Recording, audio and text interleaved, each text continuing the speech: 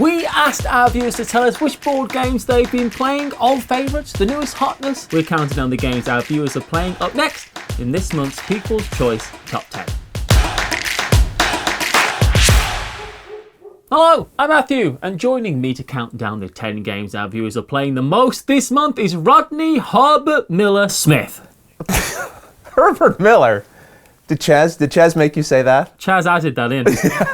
Is he? I think he's probably trying to get my name legally changed again. This is a fun thing he does to me every now and then. If there's one thing they say about old Herbert Miller Smith, it's he loves paperwork. I remember when I was in junior high and high school, when I would introduce myself, I would say, "Hi, I'm Rodney C. Smith. The C is for killer." And I always thought that was super funny. It never got a laugh. I like it. Matthew P. Jude. The P stands for justice. Exactly, right? See, it is funny. Oh, it took several decades, but finally. First up on this month's list is the Solstice expansion for Path of Light and Shadow, in which the game's feuding deposed heirs to the throne have spilled out across the sea, reaching the forgotten shores of the hinterlands. There is the abandoned cities and broken temples. Relics of impossible power await, but so do their keepers, the ancient race Viritus, that walk between the light and the shadow. This expansion introduces megalith ruins on the new island, magical relics, and new forces that balance cruelty and mercy. And here, with more about the game, is our resident expert on cruelty and mercy, Rodney Smith. Viewer Jamie H. says, "I love the base game. It's a great example of incorporating deck building as a game-driving mechanism, but not the whole game. The expansion adds new dimensions to an already great game." Matthew, I never played the base game, but it's a game that, as I understand it, has different factions controlling for area control, and there was a period of time where that was those are the games I played the most. In fact, I suppose coin games are a type of game like that. It looks really cool, and it's got loads of cards, and you're moving around doing stuff, and I was like, why haven't I played this? It looks ever so interesting. So I'm all for it. This game could be perfect for you. And so could now the game that helped make this episode possible, Avatar: The Last Airbender Fire Nation Rising from the Up. A cooperative, character-driven card and dice game for 1 to 5 players based on the Avatar: The Last Airbender animated series. Take command of Avatar Aang, Katara, Sokka, Toph and Zuko as they fight back against the Fire Nation to restore balance to the world by, first, recruiting heroes from the 4 nations, and then battling a variety of villains, leading up to the Day of the Black Sun. Players that stay ahead of the Fire Nation will win the game, but the Fire Nation can gain the upper hand, leaving our heroes defeated. Collect cards, collaborate together, and assemble a pool of dice based on your character's special abilities to claim victory and end the war once and for all. Follow the link in this video's description to find Avatar: The Last Airbender Fire Nation Rising from various retailers and, of course, directly from the Up.Games. It's high time we did a little chat about Akrotiri, which combines tile placement, hand management and pickup and delivery as players excavate temples in an attempt to place land tiles in order to make the board match the maps that they have in hand. But there's always more archaeology than what appears on the surface, because additional strategies will be unearthed as secret gold cards are revealed, keeping each excavator guessing who the winner is until the very end. Viewer Helen W. says, "This is one of those games I'll play whenever I'm asked. Fell for this little smasher the first time I played it. I love sailing my little ship around the pretty islands and trying to place the tiles to win the clever bonuses." Matthew, this game came out in 2014. I did a little investigative digging. You almost called it journalism, but you didn't want to go quite that far. One of the designers, I noticed just by random chance, he mentioned on, I think it was Facebook, that the rights to this game have reverted back to them, and they're actively looking for a publisher. I love everything about the tile placements and all that type of stuff, but you have to make the map so that it matches the coordinates you've got. So you kind of it's this really big puzzle that only gets more complicated as it goes. So it just looks so cool. Well, hearing about your enjoyment, and then obviously Helen and our viewers are playing it, it makes me think a publisher should maybe get on this and sign the game. And if they do, maybe because of watching this video, consider giving me a cut, especially since I'm going to have to spend a lot of money legally changing my name back, apparently. It's true. Where's the royalties? You know another game that sounds good? Delicious, which invites players to spend the afternoon in their rooftop or backyard garden relaxing while enjoying the artful game of picking, paring and planting fruits and vegetables. Grow your plants in whatever container you can, wheelbarrows, boots, suitcases, perhaps a discarded ceramic basin that once held surplus seeds that these days just accumulate cobwebs and unfulfilled political promises. Use anything you can to grow scrumptious eats in delicious. I'm getting hungry. I'm actually more annoyed at the phrase scrumptious eats than I am about the rest of the nonsense Chaz made me say. It's always good to pick your favorite thing to be annoyed about. Viewer Don G says, I am all in on the gardening-themed roll and write genre. And this, Pencil First Games has got a series of games that are kind of in this gardening, and I would say almost like relaxing and pleasant kind of theming of their games. What's kind of interesting is this follows another pattern that some of these different flip and write games have, where everyone has the same exact starting place. And everyone gets the same options to choose from. And invariably, everyone ends up in completely different places, which I think is just kind of fascinating. You can learn the rules so quickly that instead of thinking about the rules, you can just enjoy the little world that you're in, planting seeds and being angry at your opponent. Yes, that's right. I love that. Yeah, as pleasant as they are, there's always a tension in them as well about like, how are you getting ahead? Oh no, what's happening to my garden? Yeah, I dig it. People should check it out, and credit to Beth Sobel too. Oftentimes, I think is being involved in these games and doing wonderful work with the artwork. But her art style has actually kind of changed the board game landscape a little bit. I think of a lot of the art in games being kind of hyper-realistic or like very precise. When I think of Fantasy Flight Games art, it's very like sharp lines and everything. And yeah, Beth Sobel's are like watercolors. And I think it did make people think, oh, there's other ways of presenting artwork that is also still beautiful and engaging and draws people in. The artwork in Delicious looks like it's a gardener who's been sketching their garden whilst they've been sat in it, you know, and it's very nice. Yeah. Anyway. Pop quiz. What do you get when you add one checkered ball, two rival team managers, and 45 periods 2 times, with a 15-minute half-time in between them? The answer is, of course, 11, the Football Manager board game. Or it could easily have been Chaz Marler, who doesn't know much about football. It's an economic strategy game set in the world of sport. Your task is to manage and grow your own football club. Grow? I had imagined. I'm still in the last game. He's coming back from Delicious. Football club does actually make sense. It does make sense. Over the course of a season, by hiring staff members, trainers, marketers, and directors, acquire sponsors, expand your stadium, infrastructure, and go viral while spearheading your club's social media presence. Perhaps you could make an arbitrary top 10 video on YouTube and give it a misleading cover image and title. Well, listen, speaking of being misled, I have to confess, I wasn't quite sure why the game was called 11. But I did my research. I looked it up, and I think, can you confirm for me, Matthew, because I think you might know more about this than me. Is it called 11 because there's like a top 11 players who will go on the pitch, typically? Is that what the 11 comes from? There's 11 players on a football team. Got it. All right. Well, look, we've all learned a little something here today. We certainly have. We've learned what some people don't know about, that's for sure. Viewer Rob R says, only a couple of plays so far under my sports branded tracksuit, but 11 might just be a very good board game of football/soccer management. Something that's pretty hard to pull off in the world of cardboard. Will it be back of the net or ruled offside? Might need extra time for this one. Thank you, Rob R. Even if you understood very little of what you heard, I feel, but that's fine. That's very accurate. But I did do a little more looking into this. And I guess this is based on a previous game from 2017 called Club Stories.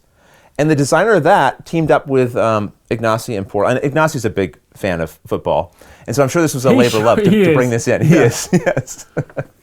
I think I've listened on his own podcast. He's like, we've got to wrap this up. A game is about to come on. I have to go. He's a big sportsman. I was talking to Michael Lee Murphy from the Brothers Murph, and we're talking about eras of board games and what's kind of happening. And he has a idea. He thinks that sports games are going to have a big time in the spotlight. And I don't know, 11 coming out, it looks fun. I'm interested about it. And I'm glad a game like this is coming from a publisher and design team that are really passionate about it. And I think it's an interesting observation because I do feel that sports are kind of an untapped area. It's funny, sports are a game, and yet I don't feel like they get the same kind of attention when they come up as a board game.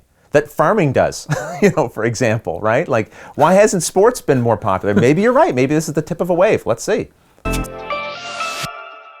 Next up is the Fox in the Forest Duet, a two-player cooperative trick-taking game where players team up, helping each other move through the forest round by round. At the end of each, gems are added to designated spaces and the forest path shortens. Successfully navigating a path out of the forest will require you and your partner to collect all 22 gem tokens, proving just how foxy you truly are. Viewer Carlos D says, the crew, Mission Deep Sea, has gotten me into co-op trick-taking games, and this one is a delightful two-person quick fix.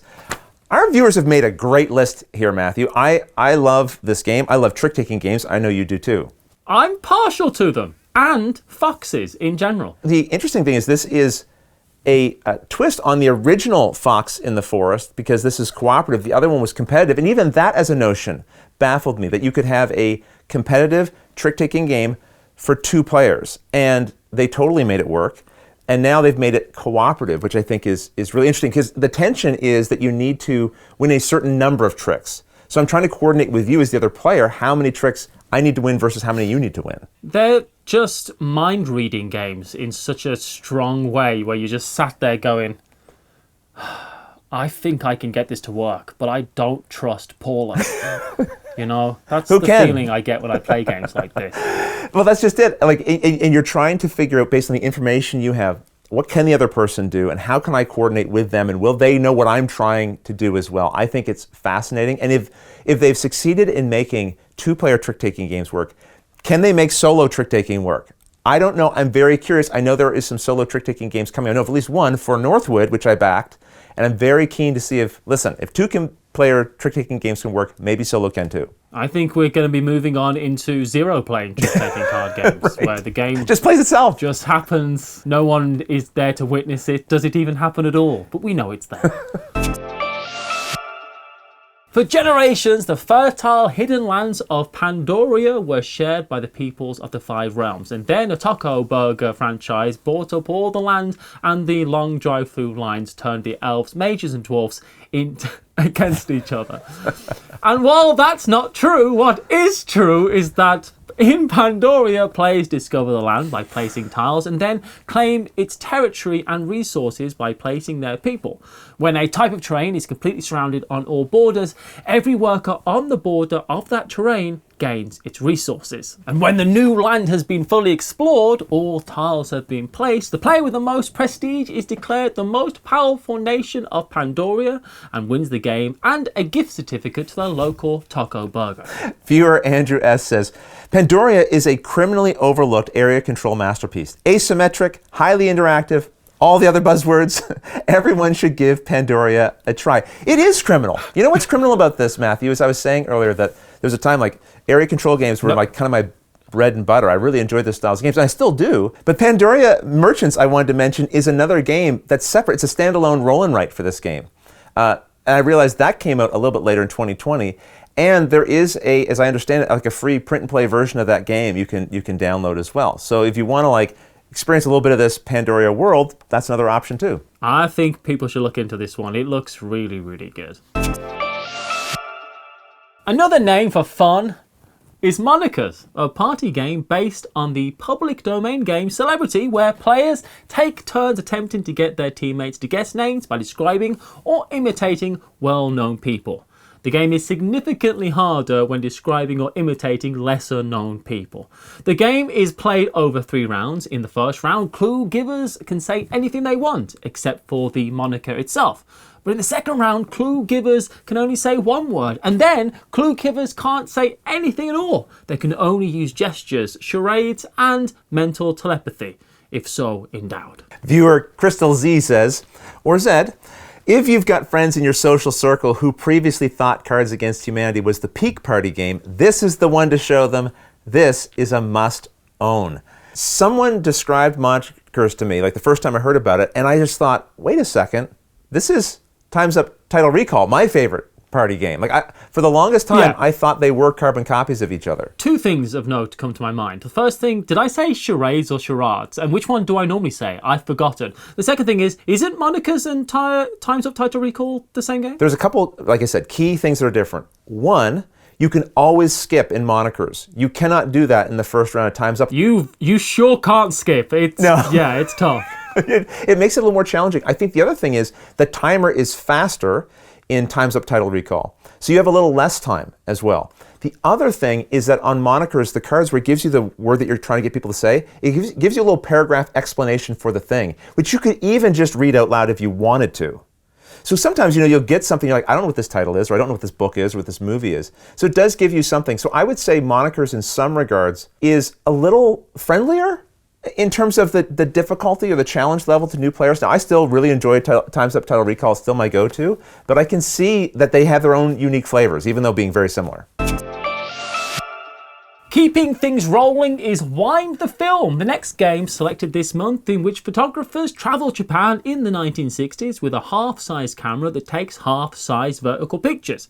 And each player has a hand of cards and on a turn adds 1 to 3 cards to the front of their hand without changing their order, and moves 1 card in their hand closer to the front, then discards as many cards from the back of their hand as the number of cards that they added.